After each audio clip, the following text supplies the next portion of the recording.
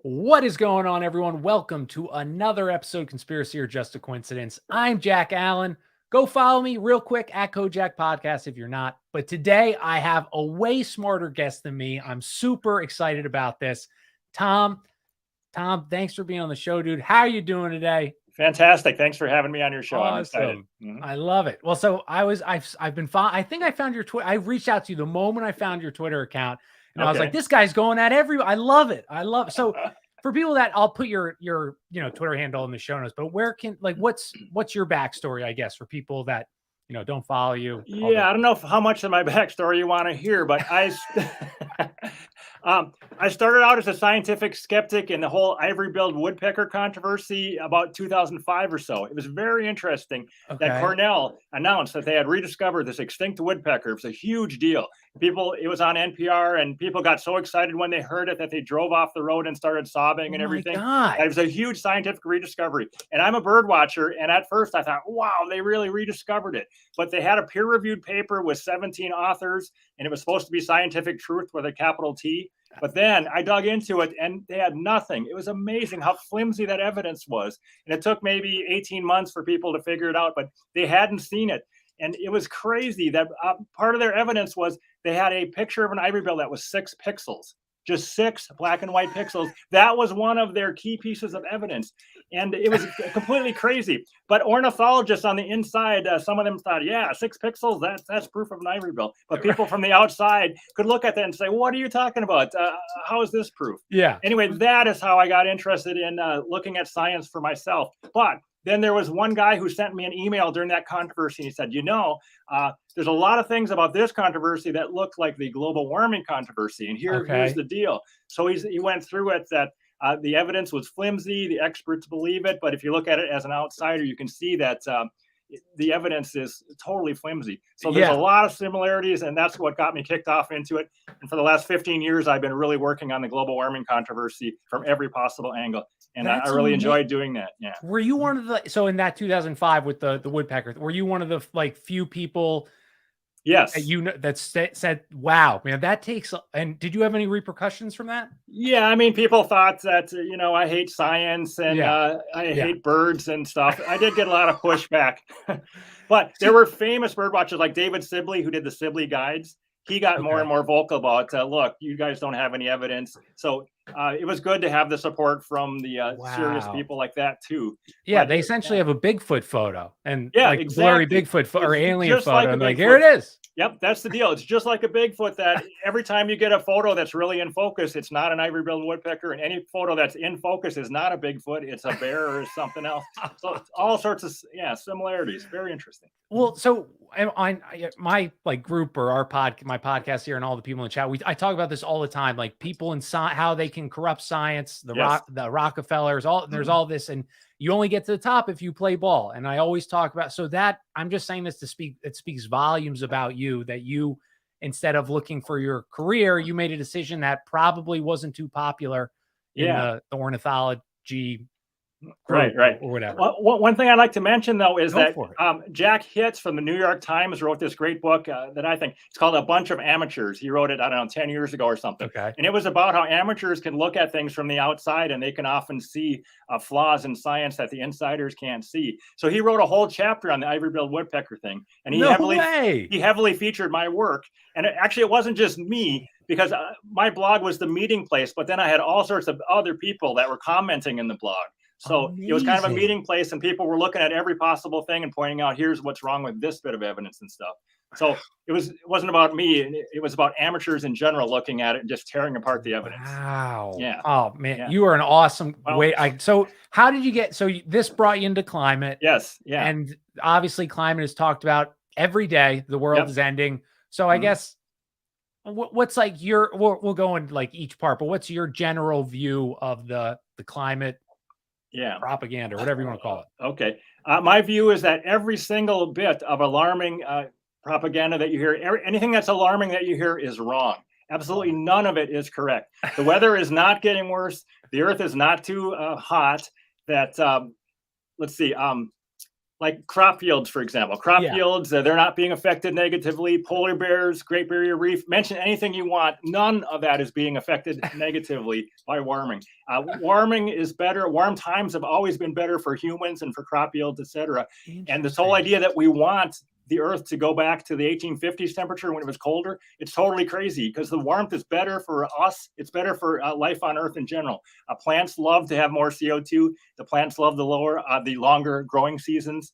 And it's just better for us to be warmer with more CO2 than colder and less CO2. Well, so because I know like a cursory level. So I've heard of like the medieval warming period, and then I've heard of like a mini ice age after that. Yes. Yep. And they've removed that data or something like that. Yeah, there's this whole hockey stick controversy. That's one of the key icons in the global warming debate. It came out in about 1999 or so. Okay. So the IPCC before that said there was a medieval warm period, and then there was a little ice age, like you mentioned, and then it warmed again after that.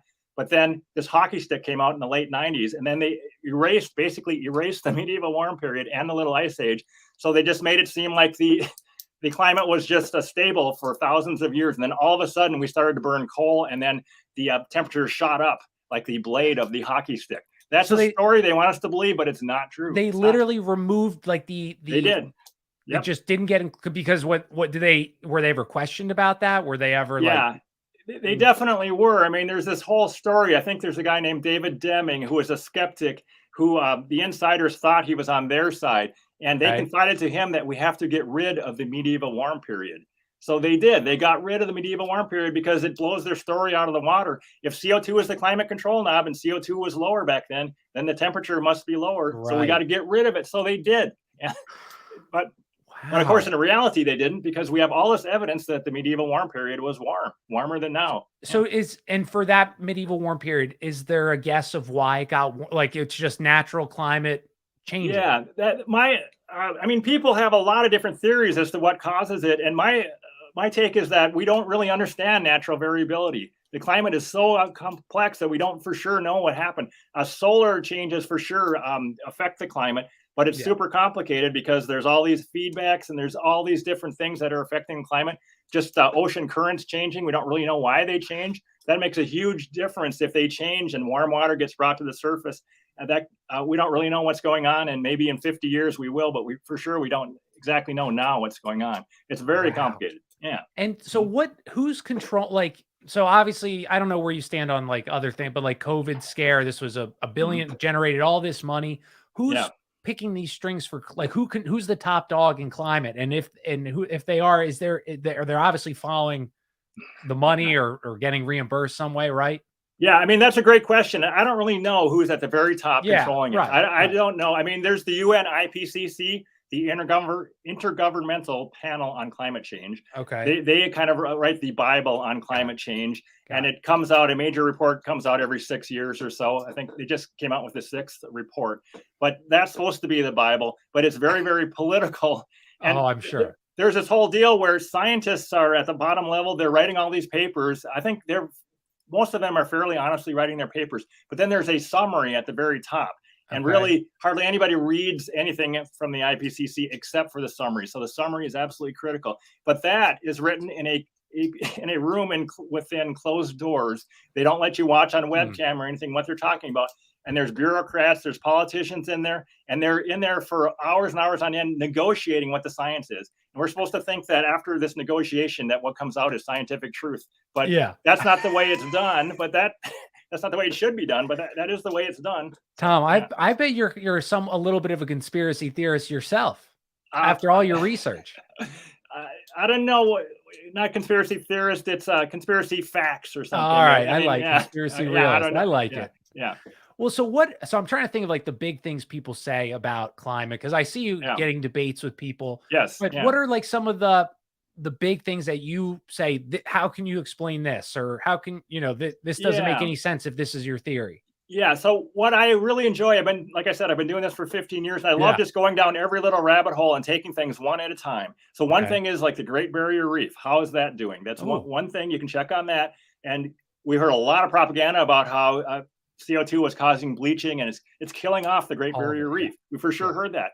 But I've really enjoyed. I just started a podcast of my own, and there's an expert that lives down there called Peter Ridd for the Great Barrier Reef. He is kind of one of the experts on the Great Barrier Reef, and I just had him on my podcast. He told me in great detail how it's doing just fine out there. And in fact, this year, right as we speak, it has a record high coral cover.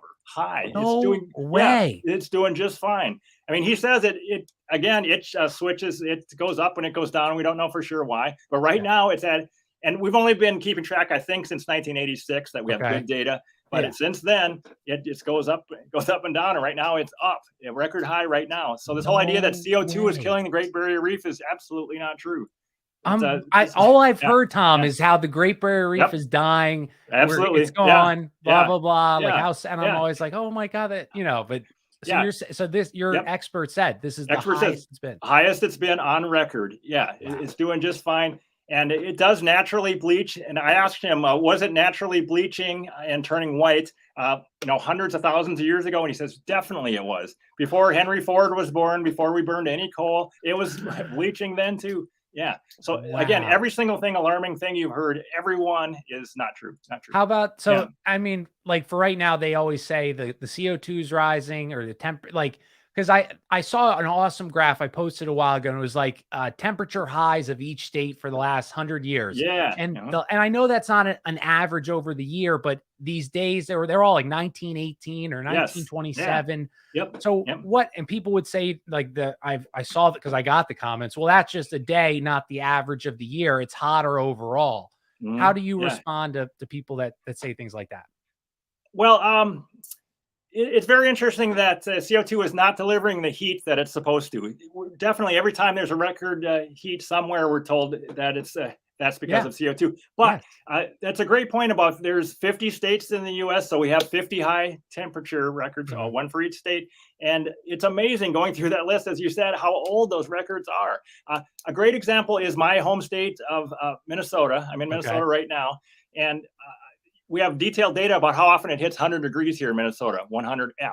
So in the 30s and 40s, it hit 100 degrees on 38 different days. Wow. Since 2012 here, it's hit 100, I believe, 2 days. Since 1988, that number is like 8 total days in all the time since 1988.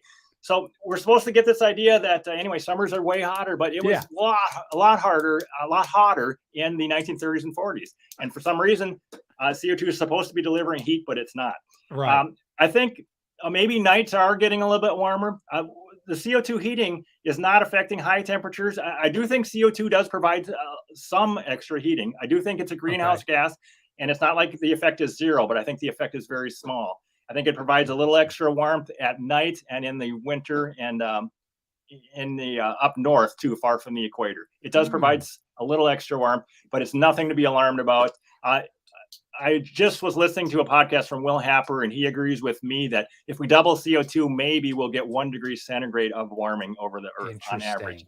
Yeah. So it is something, but it's nothing to be worried about. And warmer is better, and more CO2 is better. Yeah. And interestingly, he says that the optimum CO2 for plants on Earth is more like 1,500 parts per million, where right now we have about 420 parts per million. Wow. So way more CO2, way more, like factor of 3 or more would be better for plants, according to this Will Happer, and I agree that when they are growing plants in a greenhouse, they artificially put 1,500 parts per million. No way. Up to 1,500 parts per million to make the plants grow better. Yeah. Oh, that's hilarious. Yeah. It's just so it's just exactly what I expect from science. So that totally makes sense. Yep. The one guy in the chat asked, is there any evidence that we are experiencing as part of like a larger cycle? Yeah, I think there are lots of larger cycles, actually. And Brian Catt is a guy that has really been studying these larger cycles. But it's not like there's just one 30-year cycle or one 180-year cycle. There's a whole bunch of different cycles, and they're all overlaid on top of each other. Okay. So it gets really complicated to figure out what's going to happen next. Right. I forget exactly what those numbers are, but there's all this stuff going on with the Earth's tilt is changing, and the Earth's orbits around the sun is changing a little bit. All sorts of things are changing in our galaxy away from our own solar system. There's all sorts of stuff happening. So there's all sorts of periods, and I don't know for sure what's going to happen. But Brian thinks it's going to cool a little bit between now and 2050. No, what will that do to their narrative? Well, that's what he thinks. But I don't think nobody knows what's going to happen. I think we're going to have to find out what's going to happen. Well, and I'm sure your research, like, so again, conspiracy world, we talk about propaganda all the time. And so I remember just in the beginning of summer, Britain was having that heat wave, and it was, you know, and I saw another Instagram photo, like on the weather, they had all of UK was bright red. And then 10 years ago, it was the same temperature. It was just like orange or yellow. But what do you, I'm sure you see that propaganda that affects even academia and researchers like yourself, right? Oh yeah. And that's a big one that you mentioned, that a big way to sell global warming is just paint the map red. But I've seen some propaganda where they're painting the whole globe red, and they want you to think that it's heat. But what they're actually showing you is a graph of CO2, where if CO2 is like over 410 in a certain spot or whatever, then they color that red. So it's interesting. Yeah, so it's not even heat; it's just CO2. And anyway, there's nothing scary or red about 410 ppm CO2. It's just CO2, and CO2 is natural and it's colorless, and you can't see it. So anytime you see any black smoke in a picture, that's not CO2. It's because you can't see CO2. It's something else. And very often they'll show you a cooling tower where there's some steam coming out. So there's steam, and that's just water vapor. It's not black or anything, but if it's backlit in the correct way, then it can look kind of black. And they'll show you that, and hey, look at the pollution coming out of here, when all they're really showing you is water vapor, and they're not showing you any CO2 because you can't see it. Yeah, that is amazing. Since you've been saying this 50, when did this change? When did you notice the propaganda going full gear? You know, I first noticed it when Al Gore's movie came out, and whenever that was, 06 or 07, Inconvenient Truth. That's when I really noticed it, but I think it was out there for a long time before I really noticed it. But I did kind of believe it for a while. Interesting. I didn't check into it. I just thought, okay, I trust the scientists. They must be right. Yeah. What pulled you out of that? Like, what made you? The single big thing that pulled me out is this email I mentioned when I was involved in the Ivory-Bill woodpecker thing. This guy sent me an email. That's the one thing that kicked me off. That kickstarted you. Started looking at it. Yeah. And what are some of because you're not, it's so hard to go against $1 trillion of propaganda with people when you try to educate them. It's almost an like unwinnable battle. Is there anything that you will pull out, like, for, say, if I'm talking to someone arguing about climate change, what are some of like the big facts that we can pull out to use? I think one of the big ones that I have been using lately is the whole idea that that cooling is good for us. I like to ask them in detail, do you really think that cooling is going to be good for you? A lot of people kind of back away when they actually start thinking about that. Yeah. Do you really want shorter growing seasons? And do you really want less atmospheric plant food? I've been using that one on Twitter, and people have been kind of backing away because they kind of realize that it really does not make any sense. We don't want a colder world. We don't. No. Yeah. Well, I mean, the time is coming probably when what is now Chicago is under 1,000 feet of ice again. It's been happening off and on, and we have no way to really stop it. I think we should enjoy it while it lasts, because we're not gonna. Well, we can. Didn't Bill Gates doesn't he want to blot out the sun? So maybe we could blow up the sun or something. Make it stronger. That's a terrible idea. But but I've seen estimates as to how much what will happen to Canada wheat growing area if we just get some global cooling. Because right now it's been good. We can grow some wheat in Canada, but if we go back to the 1850s temperatures, we're not going to be able to grow as much wheat up there, up in northern, maybe Siberia, Canada, et cetera. Yeah.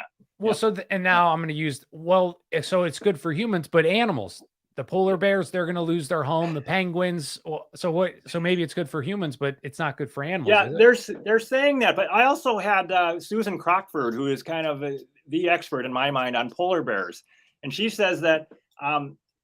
It's not like the more ice, the better for polar bears, because they can't hunt very well if there's too much ice. If there's a solid 10 feet of ice up there, that's not a good hunting ground for them. They like to hunt where there's maybe some ice and plenty of open water for the seals. So this whole idea that we want global cooling to be good for the polar bears, that's not necessarily true.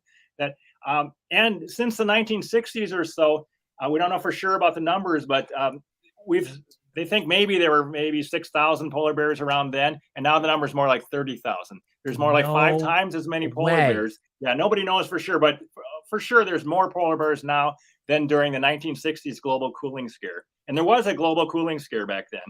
And really? Yeah, there was, especially in the 70s. If you go back, there was just tons of articles about it saying. Yes, I can see the Newsweek photo or whatever magazine. Yeah, yeah, and I don't know if you ever saw Leonard Nimoy was on a like In Search Of episode where he talks about global cooling is on the Yeah, way. yeah, Yeah, yeah. and the CIA, I think in 1974, came out with a whole paper saying it's been cooling for a while, and we're really worried that it's going to increase droughts and crop yields are going to go down. And I think it may have mentioned flooding. Almost every scary thing you've heard now about warming, they were saying then about cooling, that the weather Isn't was that going to get worse insane? because of cooling. Yeah, yeah. Oh, and And I'm I think glad the the weather really CIA had would our get backs. worse because of cooling. Go ahead. What's that? No, no, go. I was Oh, saying, I was saying, I'm glad the CIA is watching out oh for yeah, yeah, our yeah, environment. yeah, But yeah. I interrupted you. Sorry. But yeah, I think the weather really would get worse if we got 1 or 2 degrees centigrade of global cooling. The weather really would get worse. I think droughts really would get worse. I think it has been argued that global warming, if it happens, would reduce the amount of bad weather in general, because there's this whole deal where if the difference between the poles and the equators, if that difference is a little bit less, then there should be less bad weather. And Interesting. yeah, I think Richard Lindzen says this, a super sharp guy, MIT climatologist. And with global cooling, actually, there was something I just did a bunch of tweeting in the last couple of days talking about the little ice age. There was some great information about how bad things were in the little ice age, that there's all sorts of starvation going on because growing seasons were shorter. Yeah. In Europe, there was a ton of starvation and there was cannibalism. It got really bad. There was a lot of inflation because it was so hard to get food. It was just it was a very tough time to be alive then because of the global cooling. Yeah. Well, someone brought up Yeah. in the chat those Mm. hunger stones. I'm sure you've seen that, like how, because Mhm. I mean, they tie it to climate. They say, oh, Yeah. it's melting. I don't know what they say, but the water levels are so low because it's so hot. Look, we're Yeah. seeing these starving or whatever, starving rocks. I don't know the alliteration. Yeah. Yeah. Yeah. I've heard about that. Yeah. I don't know. I think there has been some drought that is getting down to Yeah. those levels. But if CO2 is the drought control knob, why was it so dry back then when CO2 was way lower? That's That's a kind of great evidence point. that CO2 isn't the drought That control is, knob. Something see, else is Tom, happening. Yeah. this is why you're you. Yeah. If I was, I wouldn't have thought of that. That's a great point. Yeah, Okay. how it, Yeah. so what do they tie CO2 to increase that's the soul, like cow farts add to CO2, or they're the same thing, and that's our sole issue, right? That's what they say. Yeah. They're trying to reduce everything to one variable, that every single thing is caused by this one variable, when really Okay. there's at least hundreds of variables. There's so many variables. And yeah, it's just astonishing that they're even trying to do this. And so many Yeah. politicians seem to actually believe this. They're constantly using the phrase climate crisis, but they're for sure, there's no climate crisis. There's nothing at all wrong with the climate that hasn't been wrong every year in human history. Yep. Isn't that just so, I Yep. mean, the Yeah. climate is like me arguing with some people against 9/11, or if JFK was, I mean, it's so such a tough thing for people because they've just been bombarded with Yeah. Yeah. so much. Yeah, but this whole idea, I'm seeing this all the time. This whole 15 years I've been involved is that people are saying, look at how bad the weather is right now. There was a drought over here, and there was a heat wave Yes. over Yes. here, and a Yes. storm. And people think bad weather is proof that CO2 causes bad weather. But if you look at history, the weather's always been bad. I can't find any time in human history when this stuff hasn't been happening. Well, but you're right, though. Whenever we have a hurricane, they're like, well, with these Yeah. rising temperatures, this is why we're having a hurricane. I don't know if you guys Oh, knew that. yeah, yeah. A category 1 just hit, what was it, Puerto Rico? Just Yes. now, category Yeah. 1. We're supposed to get all excited about a category 1. But Puerto Rico has been hit by just terrible hurricanes throughout its history. When CO2 was way lower, they had terrible hurricanes. So Yeah. again, CO2 isn't the hurricane control knob. Just bad weather happens. Yeah. And so people talk Yeah. about electric, and we were kind of talking wind, electric, these renewable resources. What are you a pro? Like, do you think that that's a system that would work at some point, or is this a pipe dream just for people to make billions? Yeah, I think it's mostly a pipe dream. I think in Okay. certain applications, solar power in just the right spot on a small scale, it can work. And same with wind power. I mean, worked a little bit. My dad used to use it to pump water for his cattle and stuff. No, He really? did. Yeah. I mean, whenever 100 years ago, whatever, Wow. 80 years ago, I guess in his Yeah. case. But anyway, if you're trying to power New York City using wind and solar power, it's not going to work. There's no way to Yeah. store it. Yeah, it's too intermittent. You got to have a real base load power. You need some fossil fuel, nuclear power. I'm fine with that. But yeah, just wind and solar, it's been way oversold. And if we're trying to Yeah. power our economy that way, and for one thing, you can't make wind turbines and solar panels using wind and solar power. You need real baseload power to make those things. So if we're You just can't do it. That's hilarious. Yeah. You can't. You can't do it. Yeah. Well, it's like the photo I see of the Tesla repair truck that's a Ford or running on gasoline. Exactly. It's like, dude. Yeah. Yep. So I keep asking, is there any modern home or factory or city anywhere in the world that's run on wind and solar power? I mean, if there was, that would be a great test case. But before we try to roll it out and power the whole US that way, we should at least get it working to power one factory that way. But we can't because it doesn't work. Is there any factory that? I don't think so. None that I know of. If anyone can tell me where one is, I'd love to know about it. But I keep asking this and nobody comes up with a example. Yeah, I don't think it's there. That is such a good man. These are all such amazing points, Tom. You're like, I got all these little quips I can throw at people whenever I get in this disagreement with them. Good deal. Well, so we talk about, and we were also briefly talking about gasoline and this whole. It goes in with the electric and everything like that. But they've demonized so many things tying to climate. They demonize gas. Is this in your mind? Is this killer of the environment that they make it seem to be? Gas is or fossil fuel? Yeah, no, it's gas. Yeah. No, absolutely not. I don't know if you read Alex Epstein stuff. I think he is the greatest. Yeah, he has got a book called I think Fossil Future and the Moral Case for Fossil Fuels also. But he does a great job of defending fossil fuels because there are so many benefits. I mean, they're not perfect, but there's just so many benefits. And I mean, they emit some real pollution, but the whole idea that CO2 is pollution is just not true. Right. I don't know. I don't know if you know, as we're sitting here, you and I are both exhaling CO2. And do you know how many parts per million that is? Because it's a lot. How much? It's about 40,000 parts per million. So we're supposed to worry about 420, but this is 40,000 that we're emitting parts per million CO2. So we're way higher. Way higher. But what is a factor of 100 higher, right? 420. Well, so is this because we're big? I always talk about how they're trying to cull the population. They want to lower population size. And I mean, I've seen ads with saying like, you should only have one baby for the environment. So are humans, in your mind, do you see if I mean, this is the largest Earth's population has ever been. Do you think that our breathing, or is that the excuse they use, that our breathing is causing also this? Well, our breathing and our existence, they don't want people heating their house with fossil fuel or cooking their food with natural gas and all that stuff. Yeah. But the whole idea that any of that is causing bad weather is just not true. It's not causing any bad weather. It's argued. Patrick Moore, formerly of Greenpeace. I don't know if you know about him. I know, but I'm fascinated. Go. Yeah. Patrick Moore, he was a co-founder of Greenpeace, and now he's a big-time climate skeptic. He's very, very smart. And he argues that we actually saved the planet by emitting CO2. Because if you look at a graph of CO2 over time, it was way up at maybe 4,000 or more back in the past. And then it has been slowly going down. It's been jagged, but it went down to maybe recently it was 280 or so. But humans started burning fossil fuel and got it, mostly brought it back up maybe to 420. And then he argues that possibly life on Earth would have been in serious trouble because if CO2 drops too low, then it gets really hard for plants to grow. Right. So then how do you even get it back up? Yeah. How would you get it? I don't know. I don't know what would happen. Maybe something natural would have happened. But anyway, it's a good thing that we have more CO2 now than we did in 1850. It really, that's his main argument. And he's right, I believe. Yeah. And I know I kind of already asked you, but so who do you are you like? Do you work in the climate world? Is this like a hobby? It's a hobby. Yeah, I love it. Same here. Yeah. I've never accepted or offered 1 cent. Nobody's ever paid me. No one's even offered to pay me anything. It's all. Well, that's good. I feel that. But did you went to school for ornithology? I went to school for electrical engineering, and electronics engineering a million years ago. Yeah. And I worked in the computer field for quite a while as a consultant. Okay. Yeah. Yep. So these are two hobbies that you just fell in and love. That's amazing. Yeah. I really enjoy it. Like I said, going down these rabbit holes and arguing about it. I enjoy it every single day. I look forward to it.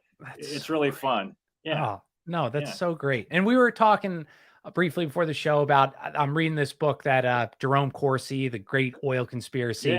And you were talking, and so in the book I'll do a show on it a few months down the road, but he talks about how the Nazis were working on synthetic oil and how we have all the thousands and thousands that we've brought these scientists that can make synthetic oil, never translated 90% of the work. But you were mentioning about how you heard theories, how fossil fuels maybe aren't these extinct dinosaurs or whatever.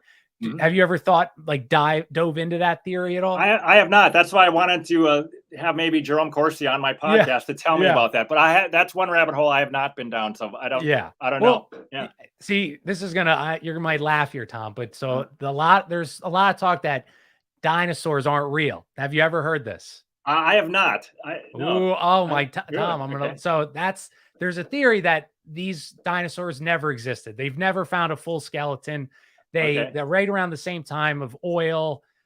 It was like in the 1850s, maybe right after the Civil War. It's called the Dino Wars. And these two scientists, the one found a dinosaur, and they hated each other, and they were trying to get the most dinosaurs. And so they submitted over thousands of dinosaurs, all these crazy looking ones. Only like 180 were accepted, and those accepted were very weak. So people mention that this oil is a renewable resource. It's not dinosaur bones because they never existed. So that was probably a little too conspiratorial for you. That was off another ledge, but I have heard, wasn't there some famous dinosaur that they put together that they found out that they completely put it together wrong? And sure. Yeah. Well, and it's changed over time. The way they say feathers, and it's just, it's honestly this like COVID regime and everything. It's ruined for me, like science. I don't trust a single person. How could you? Like, how could I trust you? You clearly sold your soul for a buck. Yeah, I am way more skeptical of everything than I was even like 2.5 years ago. Yeah, things have changed. Yeah.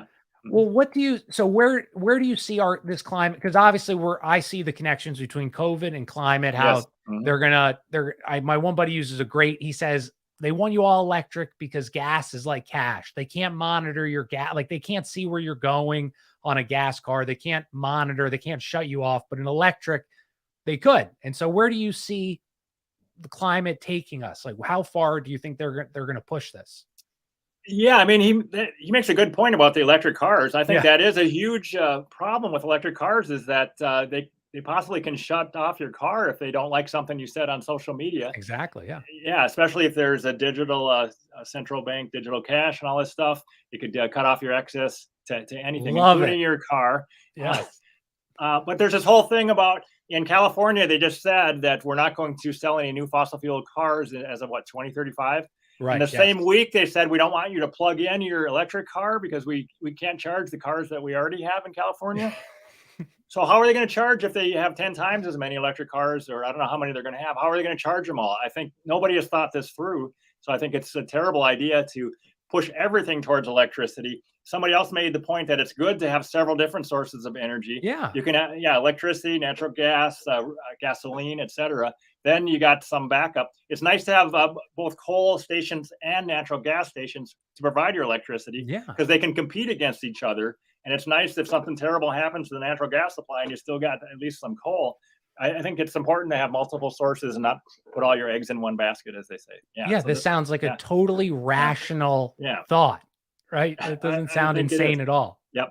And then several guys I've had on my podcast have made great arguments for nuclear power, about how great it is. And I think I've heard this stat that for the average person's power needs for a lifetime, the nuclear fuel is as big as a can of Coke.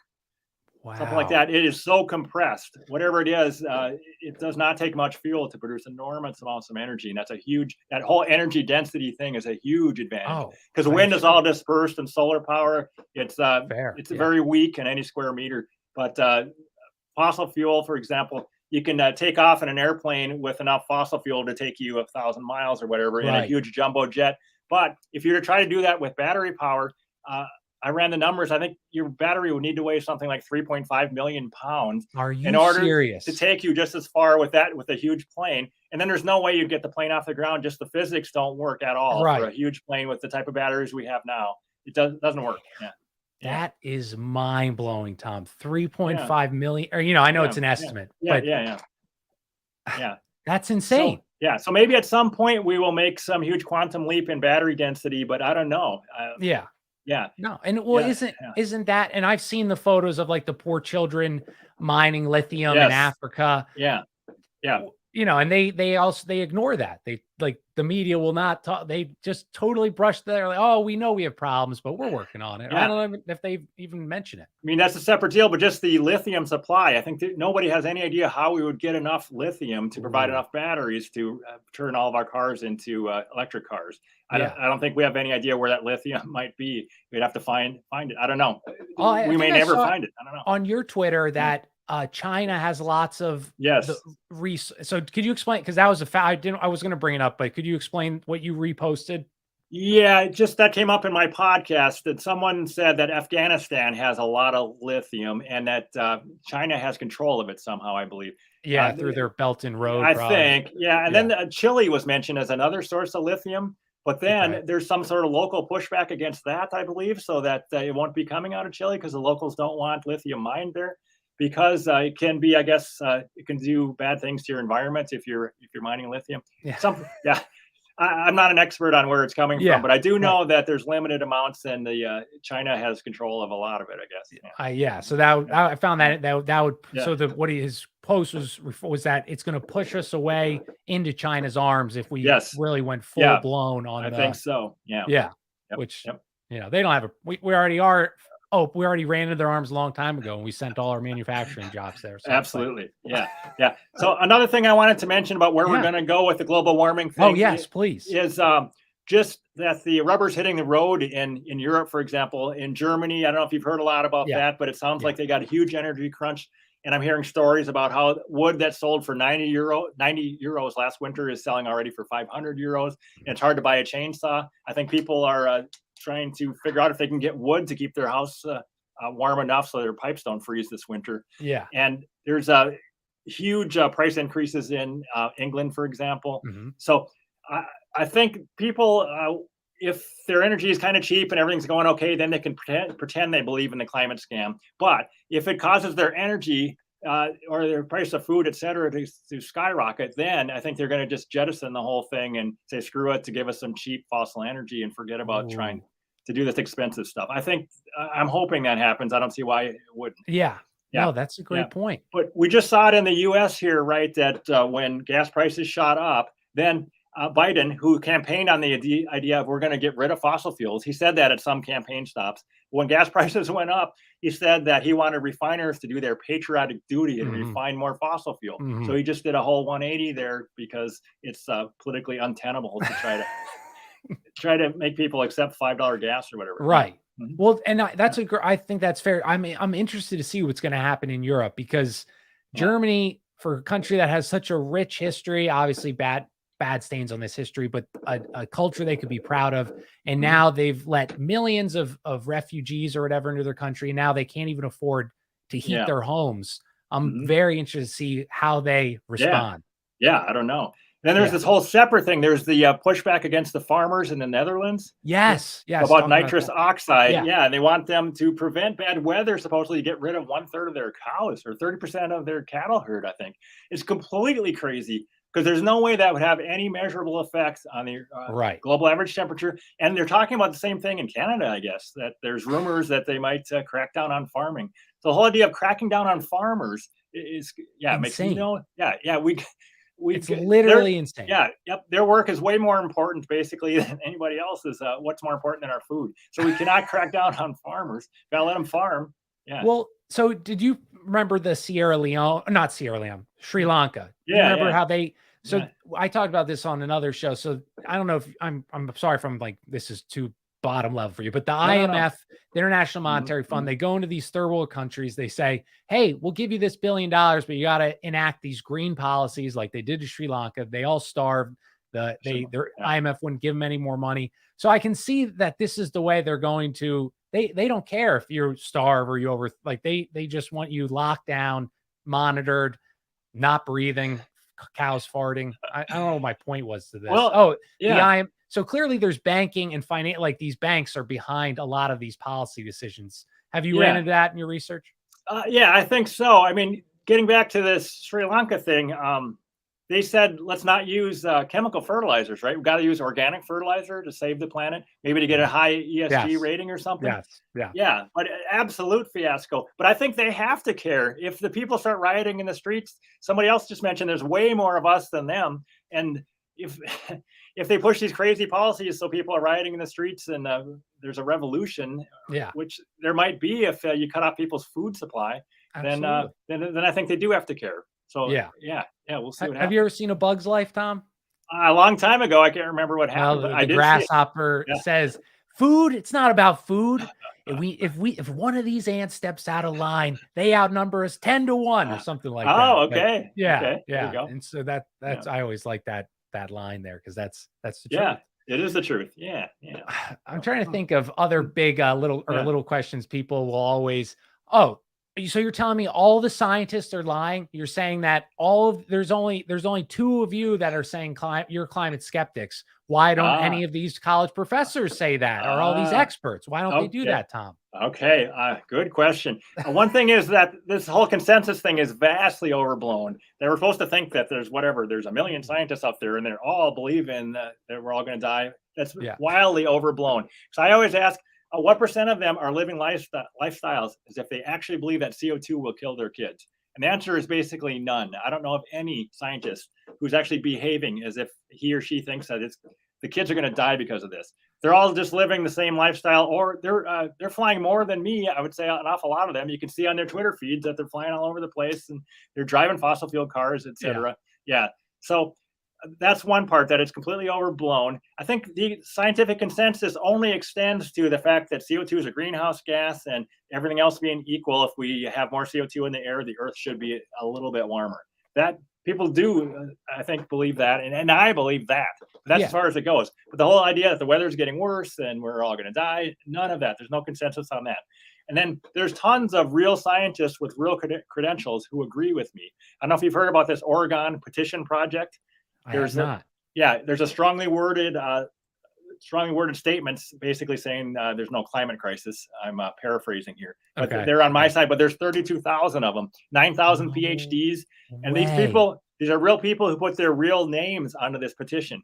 And when they have petitions on the other side about how there is a climate crisis and we are going to die, there's real people put their names on there, but they don't get 32,000 ever on any petition like that, because people don't want to sign their name to this crazy stuff. You might get 150 or something people will sign it, but people don't want to look back in 20 years and say, look at my name on this crazy thing. Right. So they don't sign it. I'm sure they've been offered a chance to sign it, but they don't, because it's crazy. Wow. So what was that called? You said it's called the Petition Project. The Petition Project. The Petition Project. 32,000, 9,000 PhDs. Yep. And these are, I think they're all from America. Yep. Wow. So and another thing is that I think there's just an enormous amount of groupthink in the scientific field, where hardly anybody, I'm constantly saying, what scientists have actually looked to see what caused the Minoan warm period, the Roman warm period, all the different fluctuations. How many scientists have actually looked and tried to figure that out? And it's almost none. It's just a tiny percentage. There's a huge percentage of scientists who are they went into the field because they wanted to help people, blah, blah, blah. But they have never looked into the evidence, and they have no idea what really caused the warming since the 1970s. I don't think anybody really knows what caused the warming since the 70s. Right. I think we're just trying to guess. For sure, it warmed since 1975 to now. It definitely did. It did. It did. Yep. Since 75. Okay. And since 1850, for sure, it's warmed since then, since those 2 times. Okay. Yep. But it's cooled since the Minoan peak, and it's cooled since 130,000 years ago. And of course, it's cooled since the dinosaurs were here way before that. I love so it really depends on which starting point. You can say the Earth has been cooling or warming. You can pick all sorts of starting points and you're right. Whether you pick a low point or a high point. Yeah. I saw a graph. It was like, I don't know if it was 2021 or 2020, but it showed CO2 productions in like all the world, in America and all Europe. They went, down, not a lot, but like 10% or something. And China went up. And so I always laugh when they hammer us, like they want us to hate ourselves for drive to work. Yes. Yep. It's like, well, what about that guy, dude? Are you going to say anything about him? Right. I think it's absolutely evil when they give the story to kids. they're selling the story to little kids at school that what your mom and dad are doing, they don't care about the planet. They're driving you to school, and the kids are. You hear stories about kids are having a problem sleeping and stuff because they think we're not going to live to see our 20s or whatever. Yeah. I think it's terrible to teach kids these crazy things. Yeah. I remember I was I'm not a bit, I don't know where I stand on the space question, and I know that's not your world, but anyway, I remember I was big into space for a long time, and I was watching like the Discovery Channel. I was 10 years old, and they said how a comet could come and kill the world. I remember I ran downstairs crying because I was so afraid. And now I just think of these kids where all they get pushed is fear, whether it's an invisible virus or invisible climate change, invisible white supremacist.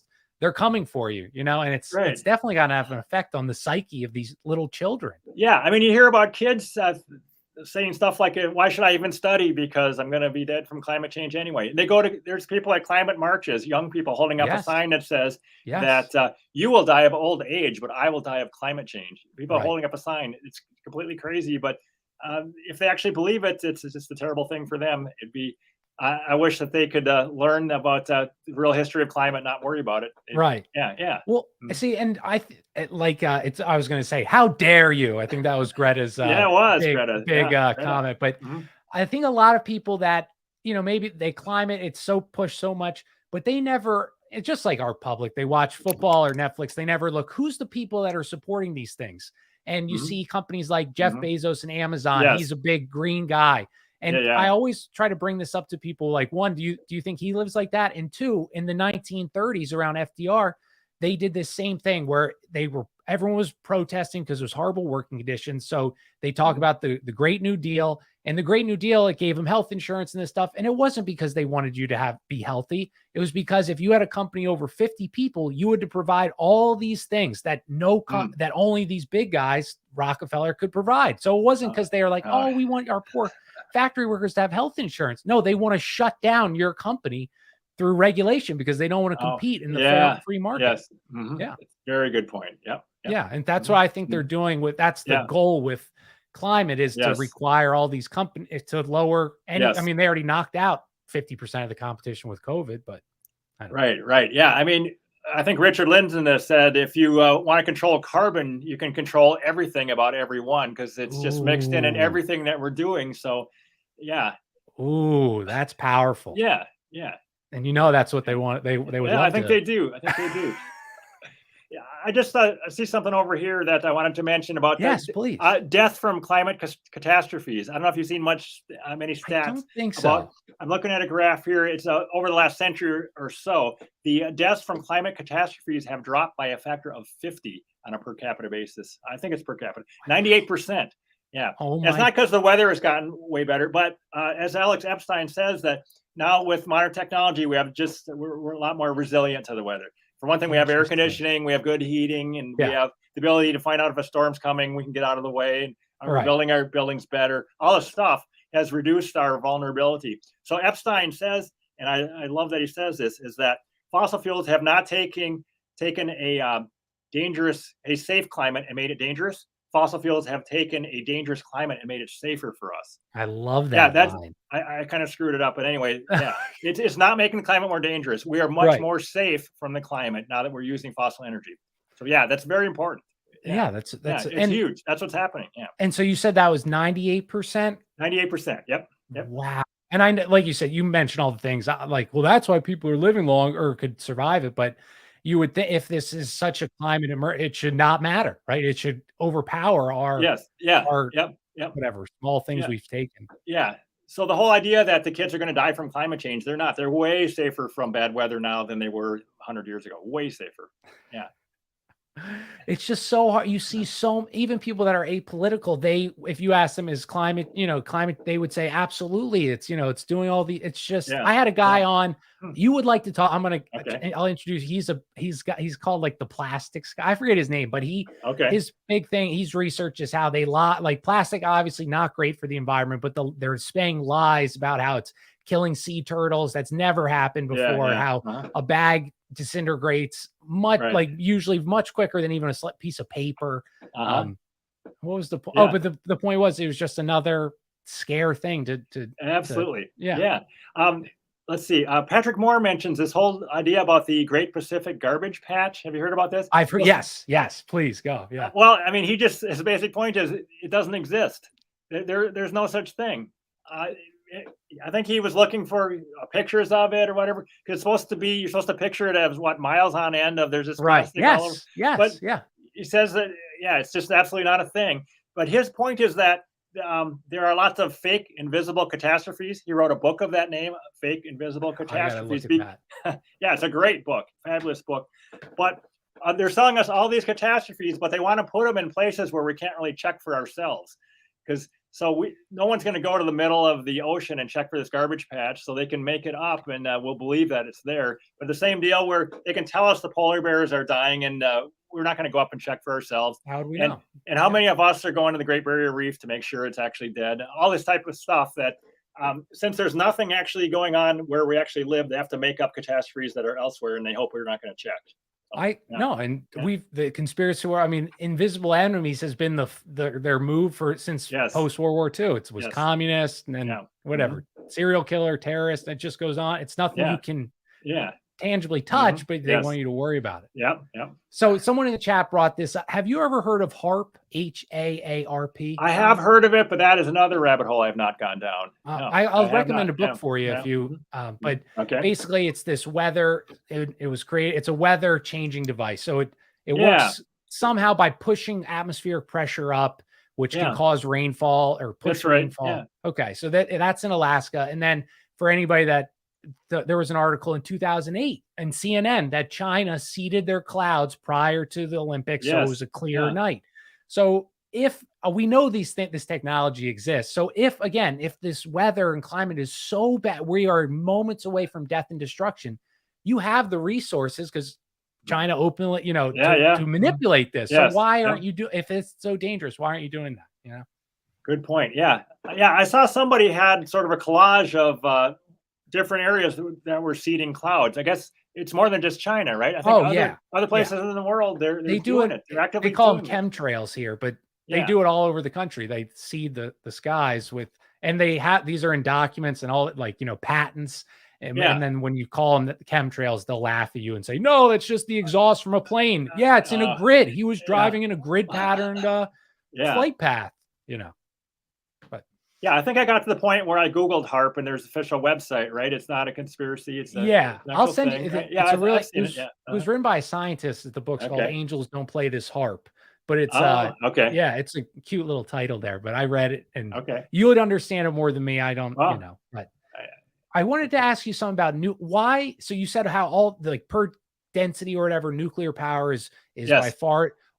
Why do they say they don't do that? What's the fight against nuclear power plants? Is it bad for the environment, they say? Yeah.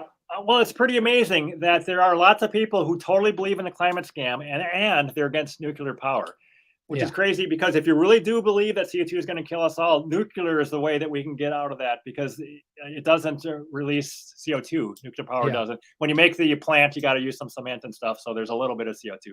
But anyway, it's the solution. So it's pretty amazing that they oppose it. But why do they oppose it? I've heard them say it's just too expensive. I've heard that put up as a reason. And I don't know if they're worried about the safety, about the Chernobyl thing or not. Yeah.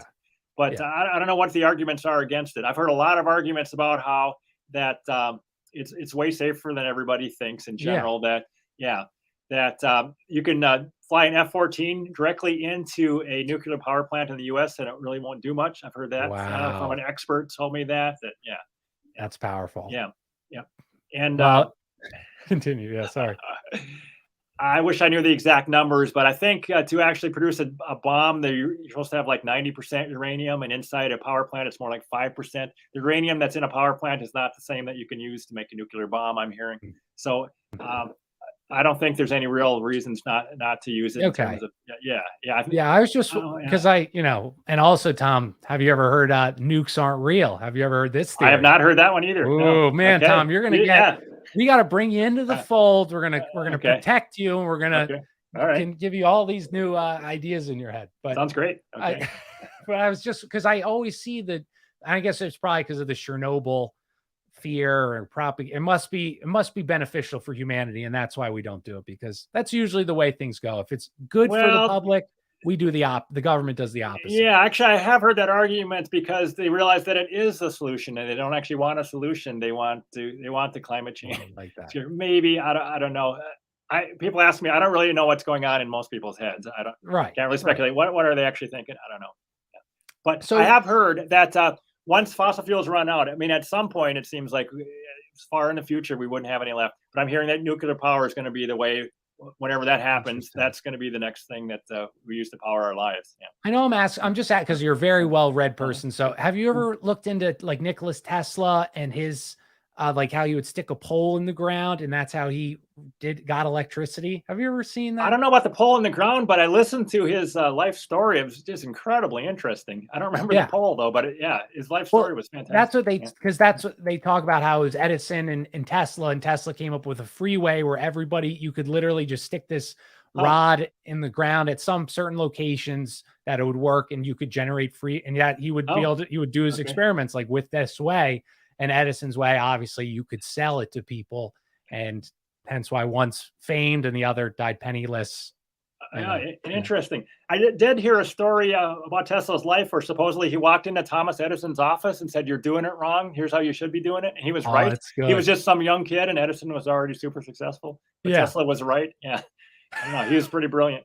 Yeah. And well, it's so like perfect for we put these people on a pedestal that are open the doors to increasing profits for certain people, and we throw the other people away that try to help humanity, and they're forgotten about or written as evil. Absolutely. Yep. Yeah. Absolutely. Try to think any other so where do you think, I guess I kind of asked that, where you thought this climate goes. Is there, like, obviously you don't agree with littering and all this stuff like that. No. Yeah. So that's like the big, I think that's what they try to tie you to, like, you don't believe in global warming. Oh, you want to have sludge coming out of pipes into the river. Nope, that's totally separate. I don't want mercury in the water. I mean, there is real pollution that we have to fight, but CO2 is not pollution. So I always try to separate those two, and let's just talk about, is CO2 going to kill us? But And I liked how you said CO2 lots of it could cause a temperature increase. That's not, but they're saying they're taking it to the extreme. It's not that much. Yeah, it's not that much. If we double it, I don't know, it gets really hard. We couldn't get up to 1,500, I'm told. Even if we looked for all the fossil fuel we could find and burnt all of it, we could not end up with enough out there where it would be dangerous and it caused the Earth to be too hot.